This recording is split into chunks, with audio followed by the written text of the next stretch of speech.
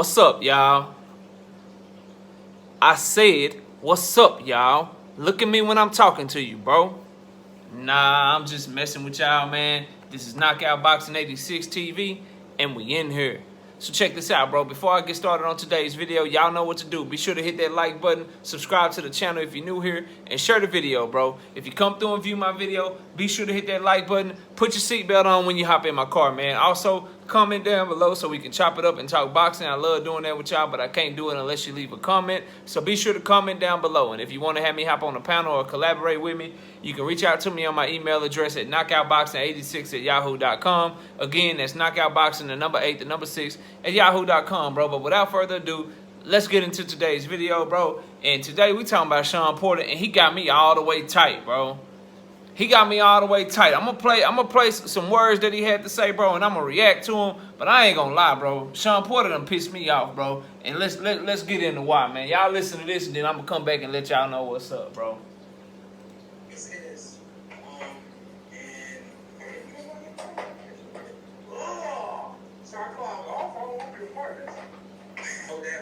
Well, hey, you should have did this, you should have did that.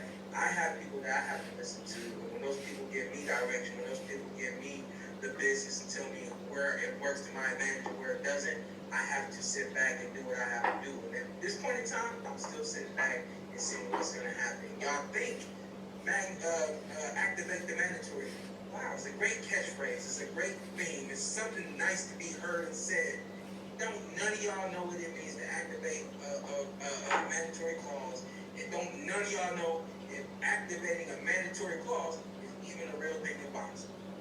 But if they come on, it could have been simple negotiations by PBC and Top Rank, and they'll come on and say Shawn Porter has activated his clause to fight, his mandatory clause to fight Terence Crawford. No, PBC and Top Rank did a structure the deal and made it happen. They're going to give you what they want you to see. So now we're seeing something a little different. Again, no excuses. And I still got to call on that, and I want to go on record and saying for some time now I felt like in some capacity I disrespected him, kind of going away from our agreement to speak to one another, and kind of getting out saying, hey, I want to fight with you, I think I did that a little wrong and I haven't called him yet. So maybe I'll give him a call this week, and then I'll have something for y'all this coming weekend. Bro, Shawn Porter bugging the hell out. He bugging the hell out, bro, and I don't like none of that shit. First of all, man, let's break the shit down about the whole mandatory thing. Some of y'all don't even know what a mandatory is. It's just a catchphrase in boxing, activating the mandatory, all that bullshit he said, bro. He can miss me without. First of all, don't insult my intelligence, bro. Don't insult my intelligence as a person and as a boxing fan. I know how to read. You can look up the bylaws of these different sanctioning bodies, bro, and read their mandatory rules. First of all, if a mandatory in boxing wasn't real, Shawn Porter, there'd be no such thing as a mandatory challenger, bro. The hell are you talking about? It's just a catchphrase and it sound good and activate the mandatory. Why don't you, bro? Miss me with that, bro. Here's the thing. In that particular sanctioning body, Shawn Porter, in the WBO, you're right. You can't just activate a mandatory. What you can do, and again, to my knowledge, what you didn't do, was you can write a letter to the WBO saying, hey, I see you got me as your #1 ranked contender, right? I want to become the mandatory. I want to take that #1 contender spot, and I want to be the mandatory challenger for your WBO welterweight title. You write them a letter stating your intentions and stating that that's what you want as the #1 contender in they sanctioning body, Shawn Porter. And then when you do that, they decide whether or not you become a mandatory challenger, bro. That's what happens in that case. Don't insult my intelligence on here, bro. Like, don't do that shit. Like we don't know what the hell going on. Like we ain't paying attention to this shit. You dropped the ball, bro. You dropped the ball. Just say you dropped the ball. It ain't just the mandatory ain't negotiated between you and Top Rank. What happened was you got some bad advice. What happened was you tried to just negotiate and shit with people who ain't interested in really fighting you, who ain't really interested in negotiating with you. Cause you cost too much money, bro. Cause you would cost Top Rank too much money, and Bob Arum is too cheap. He wants a cheaper opponent for Terence Crawford unless it's a big money fight, bro. That's just what the bottom line is. So yes, you could have wrote a letter. You could have did shit to become the mandatory, because I know you were never truly the mandatory challenger. You was just the #1 contender. And you tried to make the fight off the strength of that, and the shit didn't happen, bro. So miss me all the way with that shit about we don't know what the hell we talking about, or we don't know, it sound cute, it's a catchphrase, all that bullshit, bro. No, bro, don't insult my intelligence. Don't try. I feel insulted, bro. I feel insulted listening to that. Like he think I'm dumb or something, bro. And maybe I'm just taking it too serious, but damn, bro, like you bugging all the way out. Mandatories are real in boxing. You were never the mandatory challenger because, to my knowledge, you didn't push to become the mandatory challenger for Terence Crawford's belt for whatever reason, bro. For whatever reason.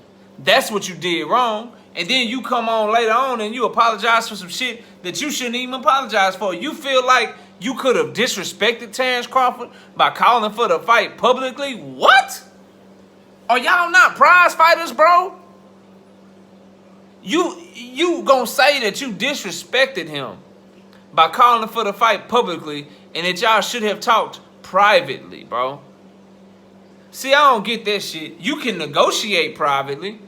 Don't nobody need to know what numbers y'all are negotiating, but you supposed to let people know who paid for the fight, who you want to help continue to make you millions of dollars by supporting your fight. Let us know who you want to fight. You didn't do nothing wrong for calling for the fight. What you should be apologizing for was that bullshit you said at the beginning about the whole mandatory thing. That's what you should apologize for insulting people's intelligence, bro. The hell? Apologizing for calling for the fight publicly? What, you worried you hurt Terence Crawford's feelings or some shit? Is that what you worried about, bro? Man, bro. Shawn Porter, he ain't ducked no smoke his entire career. He's fought everybody, bro. And I don't know what this shit is about. I don't know if this is some friendly kumbaya shit, and you don't want to fight somebody that all of a sudden became your best friend all of a sudden, bro. Or if you just made a bad business move and you made a bad decision and you don't want to admit that shit. But either way, bro, miss me with that bullshit you just said, bro. Miss me with that, bro. That shit all the way wrong. That shit whack. And don't do that, bro. Don't do that because you messed up. Because you said you got people that you answer to that advise you or tell you what's good and what's bad, bro. At the end of the day, you make the decision on what you do, bro. At the end of the day, they can advise you all they want to. But you can say, nah, I want to be the mandatory challenger. I want to put myself in position. And you take steps to do that shit, bro.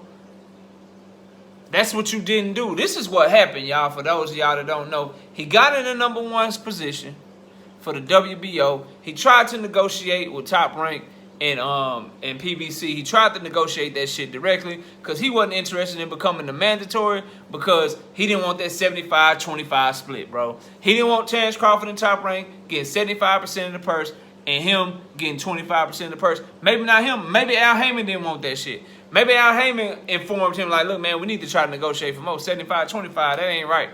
Whatever the case may be, it got played wrong, bro.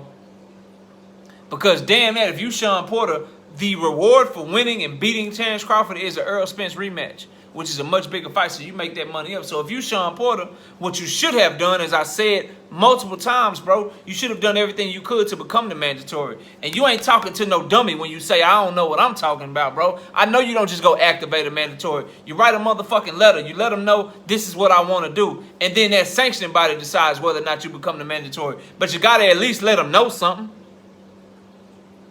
So miss me with that shit you just said, bro. Nah, bro. And I'm a fan of yours. I like that you got that warrior mentality. I like that you give everybody a tough fight.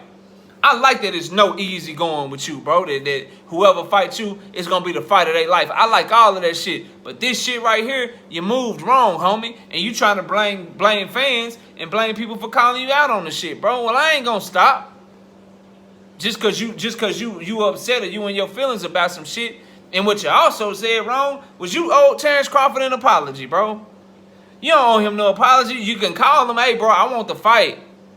They bullshitting like, hey, y'all got me down to #2. I want the fight. Put me back at #1. What I got to do to get the fight? My bad, I ain't activate the mandatory. What is it, 25%, 30%? I take $1 million, whatever, bro. $1 million ain't nothing to scoff at. $1.5 million ain't nothing to scoff at when you have the opportunity to be setting yourself up to fight for undisputed, bro. I don't understand what people don't get about that shit. 1.5 is too low. It's too low for Shawn Porter. He a bigger name than that. Look, bro.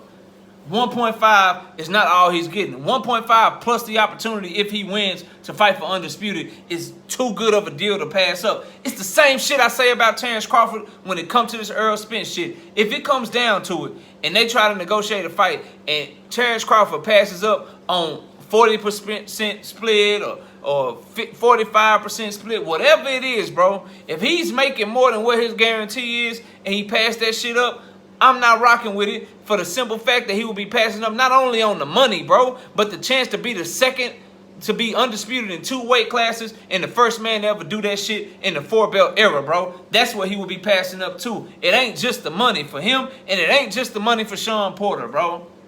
So miss me with that whole he worth more. Man, he should have fucking did everything he could to get that fight. And now he ain't getting it, bro. For those of y'all that's holding out hope for Shawn Porter and Terence Crawford, the shit not happening, bro. The shit not happening. He had a chance to force their hand when he was #1 contender. He can't force that shit no more. Ain't no way around it, bro. They gonna be able to maneuver around him, and the best we can hope for realistically for Terence Crawford is a Virgil Ortiz fight. That's the best that we can hope for, because Virgil Ortiz would take less money. Virgil Ortiz is currently the #1 contender. He'd be willing to probably activate a mandatory and send a letter and let them give him a 25% split and be the best competition that we could potentially see Terence Bud Crawford facing, bro. Because Shawn Porter is off the board now because of this stupid shit. He just is, bro. He just is. Or if he's not fighting Virgil Ortiz, Terence Crawford is more than likely going to wait out the winner of Jose Ramirez and Josh Taylor and fight them in the fall and basically be out of the ring almost a year before fighting again, bro. He might not fight this summer, bro. That's where we at now. And it's because of Shawn Porter not doing what he needed to do to secure this fight when he was in prime position to secure this damn fight, bro. And now he want to get mad at fans and mad at people talking about we being cute or none of us know what mandatory act. Like, bro. Shawn Porter, man, I ain't expect this from you. You mad at fans because you didn't move. You didn't handle your #1 contender status properly. And then you want to apologize to Terence Bud Crawford, who's standing in the way of potentially your rematch with Earl. He in the way right now, bro. Fuck friends, he in the way. He in the way, and you want to apologize for calling for the fight publicly?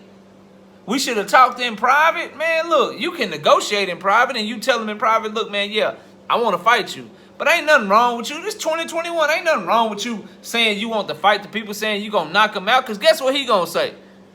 Guess what he would say? Guess what he told your ass? He ain't finna apologize for telling you to stand by. He ain't finna apologize for writing on Twitter for everybody to see that you playing with him and stand by and treating you like a peon. He ain't finna apologize for that shit. That boy, he sunned you, bro. Terence Crawford sunned your ass on Twitter. You playing with me, stand by. He sunned your ass. And you want to call him and apologize for the shit that you said publicly. Bro, man, what are we talking about, man? Y'all let me know what y'all think, bro. Shawn Porter got me tight, man. Comment down below, bro. He bugging to me. He bugging out. He tripping. I'm not rocking with it at all, bro. And it's like today is a day where my videos where fighters that I like are just pissing me off, bro. I don't know what it is today, man. But maybe because it's Cinco de Mayo. I don't know. These dudes drinking too much tequila or some shit. I don't know. But they pissing me off, bro. They pissing me off, man. First Jamal Charlo and now Shawn Porter. I just keep finding these dumbass interviews, bro. Comment down below, man. Hit the like button. Subscribe to the channel. Share the video. Put your seatbelt on when you hop in my car. If you come through and watch the video, be sure to hit the like button. If you want to have me hop on a panel and collaborate with me, man, knockoutboxing86@yahoo.com is the email. Again, it's knockoutboxing, the #8, the #6 at yahoo.com. I appreciate everybody watching. Enjoy the rest of your day. And with that, we out here. Peace.